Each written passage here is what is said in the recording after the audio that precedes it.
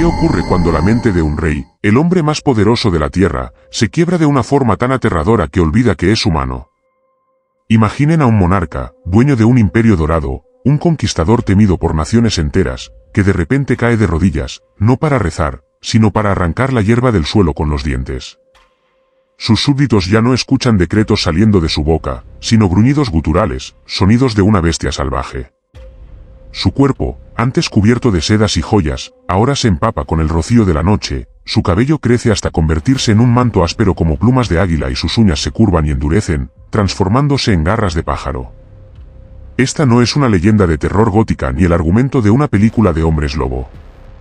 Esta es la historia que se susurra en los antiguos textos sobre uno de los reyes más formidables de la historia, Nabucodonosor II, el gran rey de Babilonia. Un hombre que construyó maravillas que desafiaban a los cielos, como los legendarios jardines colgantes y la monumental puerta de Istar. Un emperador que doblegó reinos y deportó a pueblos enteros. Sin embargo, la historia oficial, la que se graba en tablillas de arcilla y monumentos de piedra, parece haber omitido el capítulo más oscuro y demente de su reinado. Porque según un relato que ha sobrevivido durante milenios, este rey no solo descendió al campo de batalla, sino que descendió a la animalidad. Durante 7 años, el hombre más poderoso del mundo conocido vivió como una bestia, sufriendo una transformación que desafía toda explicación racional. ¿Fue una maldición divina, un castigo por su arrogancia desmedida? ¿O fue algo más, una rara enfermedad mental que la ciencia moderna apenas comienza a comprender, una condición conocida como boantropía, en la que un ser humano cree sinceramente que es un buey? Hoy exploramos una parte de la historia que la mayoría nunca escucha, porque es demasiado horripilante, demasiado extraña, y sin embargo, demasiado real en sus implicaciones. Nos adentramos en la mente de un rey que se convirtió en monstruo, en la verdad aterradora que nunca te enseñaron en la escuela. Esta es la historia del rey que se imaginó a sí mismo ser un hombre lobo, o algo aún más extraño. Esta es la oscura historia de la locura de Nabucodonosor. Para comprender la profundidad de esta caída, primero debemos escalar la cima de su gloria. Nuestra historia nos lleva al siglo VI a.C., a una era de imperios colosales y ambiciones divinas. En el corazón del mundo, bañada por el río Éufrates, se alzaba una ciudad que era la envidia del planeta, Babilonia. No era una simple ciudad, era el centro del universo conocido, una metrópolis de una escala y opulencia inimaginables. Sus murallas eran tan anchas que se decía que 2 carros de guerra podían correr sobre ellas, lado a lado. Sus templos, zigurats que se elevaban para rascar los cielos, estaban revestidos de azulejos de un azul brillante que resplandecía bajo el sol del desierto. Y sobre este imperio de oro y ladrillo gobernaba un hombre de poder absoluto, Nabucodonosor II. Olviden la imagen del futuro lunático por un momento. El Nabucodonosor de la historia era un genio militar y un constructor visionario. Heredó un reino y lo transformó en la superpotencia dominante de su tiempo. Sus ejércitos barrieron el creciente fértil, aplastando al imperio asirio y haciendo retroceder a los egipcios. Fue él quien marchó sobre el reino de Judá, quien sitió y conquistó la ciudad sagrada de Jerusalén, destruyó el templo de Salomón y se llevó a miles de hebreos al exilio en Babilonia. Era un acto de conquista total, diseñado no solo para someter a un pueblo, sino para demostrar que sus dioses eran más poderosos. En casa, su legado estaba escrito en piedra y ladrillo.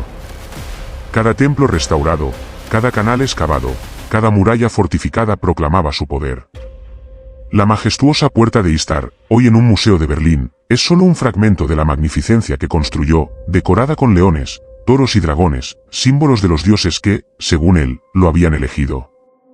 Él era el rey sacerdote, el administrador de la voluntad divina en la tierra. En este mundo, los reyes no gobernaban por simple derecho de nacimiento, gobernaban porque los dioses lo permitían. Y esta creencia era el pilar de su autoridad. La arrogancia, o hubris, no era solo un defecto de carácter, era un pecado capital, un desafío directo a los poderes celestiales que podían dar y quitar el poder con la misma facilidad. Fue en la cima de este poder, en el corazón de su invencible Babilonia, desde donde Nabucodonosor miró su creación y se vio a sí mismo no como un siervo de los dioses, sino como su igual. Y fue entonces, en ese preciso instante de orgullo desmedido, cuando una sombra comenzó a cernerse sobre el trono dorado. El terror no llegó como un trueno, sino como un susurro en la oscuridad de la noche. Comenzó, como a menudo lo hacen las antiguas pesadillas, con un sueño. Nabucodonosor, el rey del mundo, dormía en su palacio, rodeado de lujos y seguridad, pero su mente era un campo de batalla. Vio un árbol, uno tan inmenso que su copa tocaba el cielo y sus ramas se extendían hasta los confines de la tierra. Era un árbol de vida, sus hojas eran hermosas, sus frutos abundantes, y bajo su sombra se cobijaban todas las bestias del campo y en sus ramas anidaban todas las aves del cielo. La humanidad entera se alimentaba de él. Era el centro y sustento del mundo, un símbolo perfecto de la propia Babilonia y de su rey. Pero entonces, desde los cielos descendió una figura, un vigilante, un santo, cuya presencia irradiaba un poder antiguo e implacable. Y este ser celestial gritó una orden que heló el alma del rey: derribad el árbol y cortad sus ramas, arrancad su follaje y desparramad su fruto. Que huyan las bestias de debajo de él y las aves de sus ramas. Pero el juicio no era de aniquilación total.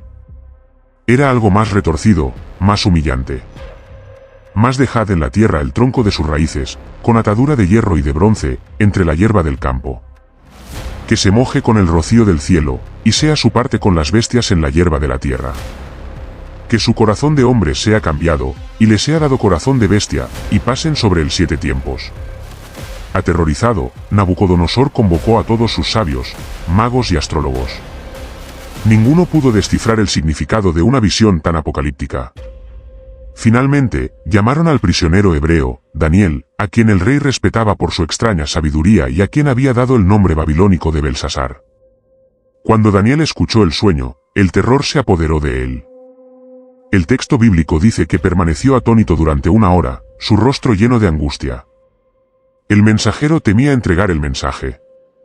Con voz grave, le explicó al monarca más poderoso del planeta: mi señor, el sueño sea para tus enemigos. El árbol que viste crecer y fortalecerse, eres tú mismo, oh rey. Daniel le explicó el decreto del Altísimo: Nabucodonosor sería expulsado de la sociedad humana. Viviría en los campos con las bestias salvajes. Comerá hierba como los bueyes y su cuerpo se empapará con el rocío. Esta degradación duraría 7 tiempos, probablemente 7 años, hasta que el rey, en su miseria, finalmente reconociera que hay un poder superior en el universo que rige los reinos de los hombres. Daniel le suplicó al rey: oh rey, acepta mi consejo, rompe con tus pecados practicando la justicia, y con tus iniquidades mostrando misericordia a los pobres. Quizás así se prolongue tu prosperidad. Pero la advertencia de un profeta exiliado es fácil de ignorar cuando uno se sienta en un trono de oro. Pasaron 12 meses.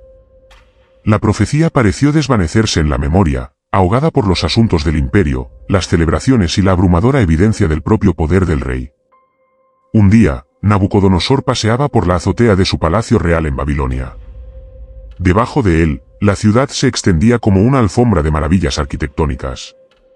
El sol se reflejaba en el zigurat de Etemenanki, las aguas del Éufrates nutrían los exuberantes jardines que él había ordenado construir. El olor a incienso de los templos se mezclaba con el bullicio de la ciudad más grande del mundo. Y en ese momento, la arrogancia, esa semilla venenosa plantada en su corazón, finalmente germinó. Miró su obra y declaró: no a un consejero ni a un cortesano, sino al universo mismo: ¿no es esta la gran Babilonia que yo he construido como residencia real, por la fuerza de mi poder y para la gloria de mi majestad? Apenas había terminado de pronunciar estas palabras cuando, según el relato, una voz retumbó desde el cielo. No fue la voz de un hombre, sino la del propio juicio. A ti se te declara, rey Nabucodonosor, el reino te ha sido quitado. Y en ese mismo instante, la profecía se cumplió. El horror que siguió es casi imposible de imaginar. No fue una enfermedad gradual. Fue una ruptura instantánea con la realidad. Los guardias y cortesanos que momentos antes se inclinaban ante su rey, ahora retrocedían con horror. El hombre que se había declarado una deidad se desplomó. Su mente se fracturó, borrando todo conocimiento de quién era. El lenguaje le abandonó, reemplazado por los balbuceos y gruñidos de un animal. Fue expulsado del palacio, o quizás huyó en un pánico demencial, lejos de los pasillos de mármol y las sedas que lo habían vestido. Imaginen la escena que no se cuenta en los libros de historia.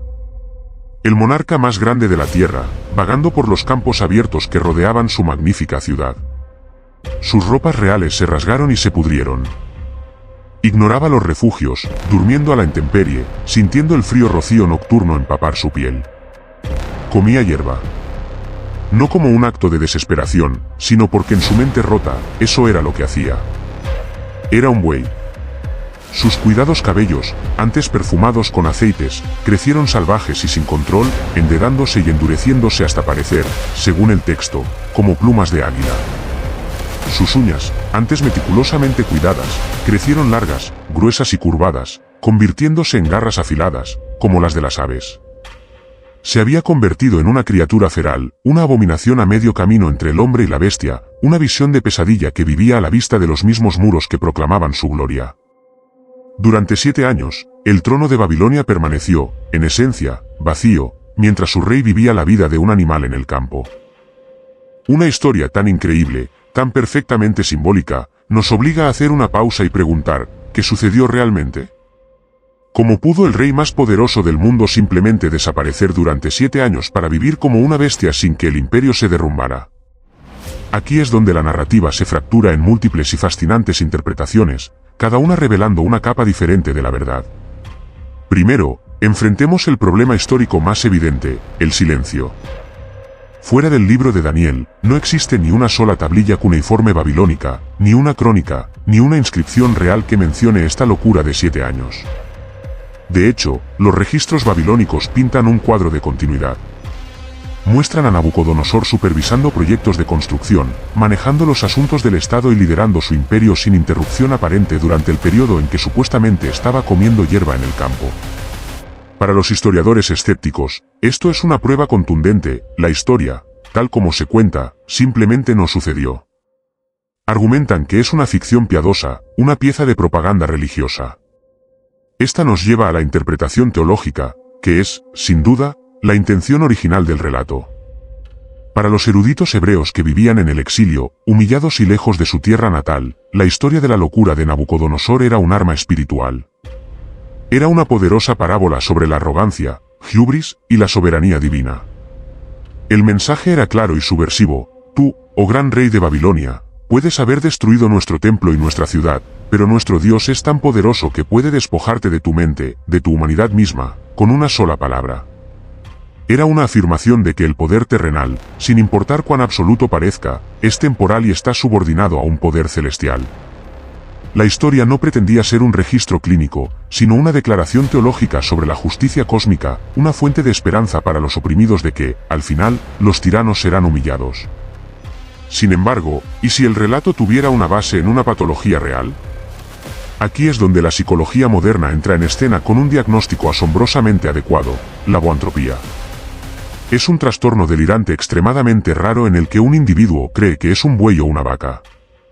Las personas que sufren de esta condición han sido documentadas imitando el comportamiento del ganado, caminando a 4 patas e intentando comer hierba, habiendo perdido completamente su sentido de identidad personal. La descripción en el libro de Daniel es un retrato casi perfecto de un caso clínico de boantropía. Esta condición podría ser, a su vez, un síntoma de una enfermedad mental subyacente más amplia, como la esquizofrenia o la depresión psicótica. Es posible que el rey sufriera un colapso mental severo y que el relato bíblico sea la única descripción que sobrevivió de ese episodio, interpretado a través de una lente religiosa. Finalmente, existe una teoría histórica que ofrece una solución elegante, aunque controvertida. Sugiere que la historia de la locura es real, pero que el protagonista es incorrecto. Algunos eruditos proponen que el rey loco no fue Nabucodonosor II, sino Nabonido, el último rey del imperio neobabilónico. Textos antiguos, como el relato en verso de Nabonido, lo describen como un rey excéntrico que abandonó la capital, Babilonia, durante 10 años para vivir en el remoto oasis de Taima, en el desierto de Arabia. Descuidó los importantes ritos religiosos de la ciudad, enfureciendo al sacerdocio. Los textos lo acusan de impiedad y de un comportamiento extraño. Es plausible que esta historia real sobre el exilio y la conducta extraña de Nabonido se fusionara con el tiempo en la tradición oral con la figura mucho más famosa y temida de Nabucodonosor, el conquistador de Jerusalén. Atribuir la locura al rey más grande y arrogante hacía que la lección moral fuera mucho más potente y directa para la audiencia hebrea. La historia se convirtió en una leyenda compuesta, mezclando la locura de un rey con la identidad de otro para crear un relato inolvidable. Al final del relato bíblico, después de que los 7 años hubieran pasado, la historia da un último giro. La bestia en el campo alza la vista al cielo. Y en ese momento, la razón de Nabucodonosor le es devuelta. Su primera acción no es reclamar su trono, sino alabar al Rey del cielo, reconociendo el poder que lo humilló. Tras esto, es restaurado en su reino, con aún más gloria y majestad que antes. Para la teología, el ciclo está completo, la arrogancia lleva a la caída lleva a la humildad, y la humildad lleva a la redención. Pero incluso con este final ordenado, la historia de Nabucodonosor nos deja temblando en el umbral entre la fe, la historia y la locura. ¿Qué debemos pensar de este rey? ¿Fue un tirano castigado por Dios en un acto de justicia poética? ¿Fue una víctima trágica de una enfermedad mental aterradora y debilitante, cuya agonía fue reinterpretada como un cuento moral? ¿O es su nombre simplemente una máscara, un personaje en una obra cuyo verdadero protagonista fue otro rey, Nabonido, cuya propia historia extraña fue olvidada y reescrita? Quizás el verdadero horror de la historia no es la transformación en sí misma, sino lo que representa sobre la fragilidad de nuestra propia existencia. Nos muestra que la línea que separa al monarca del monstruo, la razón de la demencia, es peligrosamente delgada. Revela una verdad incómoda sobre el poder, que cuanto más alto se construye un trono, más devastadora es la caída, y que la mente que edifica un imperio es la misma mente que puede destruirse a sí misma. La historia de Nabucodonosor perdura no porque sea un registro histórico claro, sino porque funciona como un espejo oscuro. En él vemos el miedo primordial a perder el control, a que nuestra identidad, todo lo que creemos ser, pueda ser borrado en un instante. ¿Qué es más aterrador? ¿Un Dios que puede convertir a un hombre en una bestia, o el hecho de que nuestra propia mente tenga el poder de hacer exactamente lo mismo sin ninguna intervención divina? La verdad sobre el rey loco de Babilonia puede que esté perdida para siempre, enterrada bajo las arenas del tiempo.